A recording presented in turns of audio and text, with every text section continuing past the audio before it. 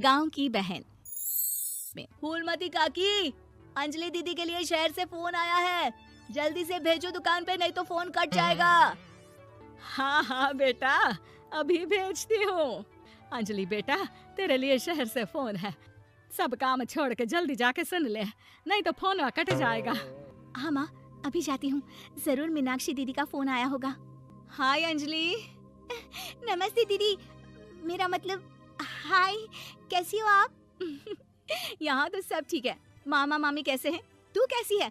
मेरे तो एग्जाम्स होने वाले हैं, हर रोज कॉलेज जाना पड़ता है, lectures, extra classes, private coaching. ओ मैं तो इतना थक जाती हूँ, क्या बताऊँ। आपकी कॉलेज वाली बहन जी आपको इतना पढ़ाती है, तो घर कब जाती हैं आप दीदी? अरे नहीं, ये सब सिर्फ मेरी प्रोफेशन ही पढ़ाती, मैं अलग से दूसरे टीचर्स के पास भी पढ़ने जाती हूँ। दीदी फिर तो आप बहुत थक जाती होगी ना, आप ना पैदल मत जाया करो, टांगा ले लिया करो दीदी। नहीं मेरी भोली बहन, ना मैं पैदल जाती हूँ, ना ही यहाँ टांगा मिलता है, मैं बस से जाती हूँ और थोड़ी दूरी के लिए रिक्शा ले लेती हूँ। सच्ची? वहाँ पर टांगे नहीं बस चलती है? वाह, वो भी हर रोज? हमारे गांव में भी बस आती है, दिन में 2 बार। यही तो खास बात है शहर की, यहाँ बसें पूरा दिन दौड़ती हैं सड़कों पर, और सिर्फ बसें ही नहीं, कार, स्कूटर और ट्रक भी, और तो और थोड़ी दूरी पर तो हवाई जहाज भी है, जहाँ से हवाई जहाज आसमान में उड़ते हैं। अच्छा दीदी, मैं फोन रखती हूँ, बुआ जी फूफा जी को मेरा नमस्ते कहना। हाँ माँ, हम लोग शहर में क्यों नहीं रहते? बुआ जी, फूफा जी और मीनाक्षी दीदी तो शहर में ही रहते हैं। अरे क्योंकि तेरे बुआ जी की शादी शहर में हुई थी, इसलिए बेटा। शादी से पहले वो भी तेरे पापा और दादा दादी के साथ गांव में ही रहती थी। तो फिर माँ, मुझे शहर भेज दो ना, मैं भी शहर देखना चाहती हूँ। इतनी बार मीनाक्षी दीदी से शहर के बारे में सुन चुकी हूँ, अब मैं भी वहाँ जाकर देखना चाहती हूँ। बस आप मुझे शहर भेज दो। ठीक है, इस बार गर्मियों की छुट्टियों में कुछ दिन रह आना शहर, अपनी बुआ के घर। अब तो खुश ना? हाँ माँ, बहुत खुश। आप देखना मैं शहर जाके कितने मजे करती हूँ। अंजलि अगले दिन स्कूल जाती है और वहाँ अपने सारे दोस्तों को अपने शहर जाने की बात बताकर चिढ़ाती है। अरे श्रद्धा, शीतल, सरोज, तुम लोग इन गर्मियों की छुट्टियों में कहाँ जा रही हो? एकादशी वाले गांव के मेले में। हम तो दूसरे गांव में नानी के घर जाएंगे, उनका घर नहर के किनारे है, बड़ा मजा आएगा।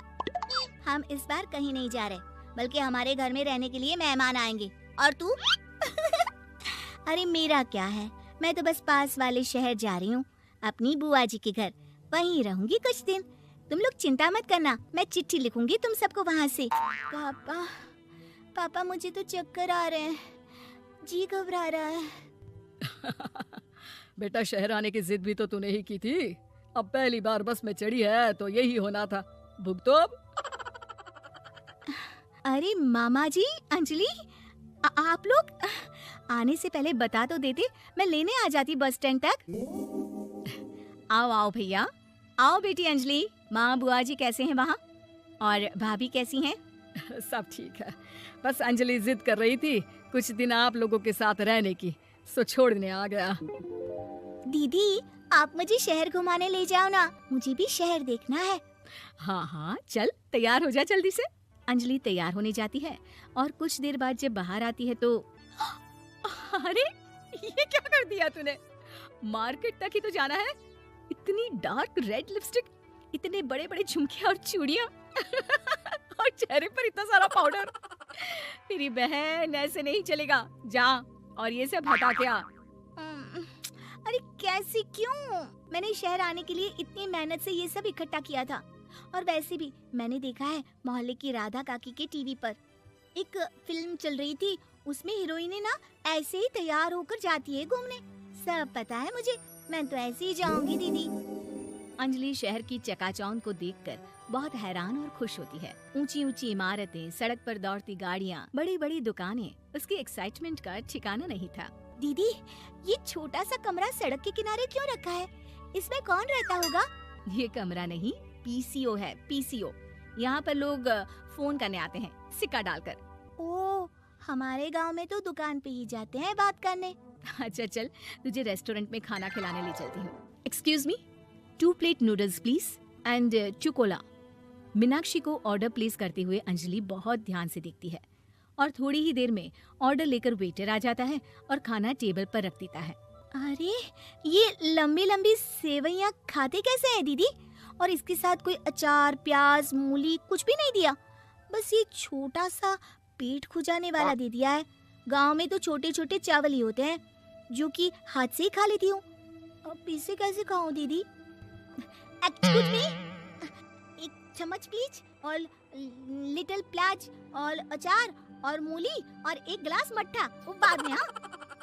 अब ये सब सुनकर आसपास बैठे लोगों को हंसी आ जाती है।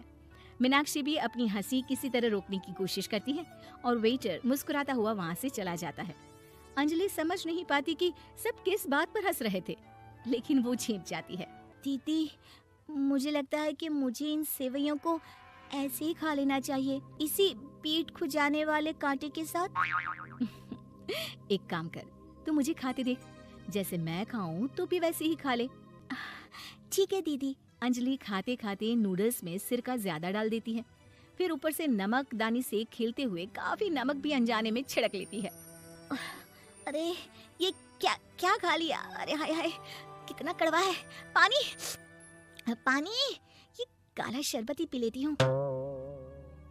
और जल्दबाजी में अंजलि जल्दी जल्दी कोला पी लेती है, जिससे उसके नाक में झंझनाहट होती है। दीदी, मुझे ले चलो यहाँ से, मैं ये सब शहरी खाना नहीं खा सकती। अब शर्म के मारे मीनाक्षी अपनी बहन को वापस घर ले जाती है और कहती है कि देख अंजलि, माना कि शहर और गांव एक दूसरे से बहुत अलग है, लेकिन इसका मतलब ये नहीं कि हमेशा शहर ही बेहतर हो और उस वजह से हमें वो सब करना पड़े जो हम नहीं कर सकते। शहर में सहूलतें तो हैं ही, पर चुनौतियां भी हैं। हम जहाँ भी रहें, हमें कभी अपने आप को कम या ज्यादा नहीं समझना चाहिए, और किसी भी नई जगह में ढलने में समय लगता है। उसके लिए तुम्हें दूसरों की नकल करने की कोई जरूरत नहीं है। बेटा, घूम लिया शहर या अभी और घूमना है? नहीं पापा, मैं अपनी गलती समझ गई हूँ, आप गांव ही ले चलिए मुझे।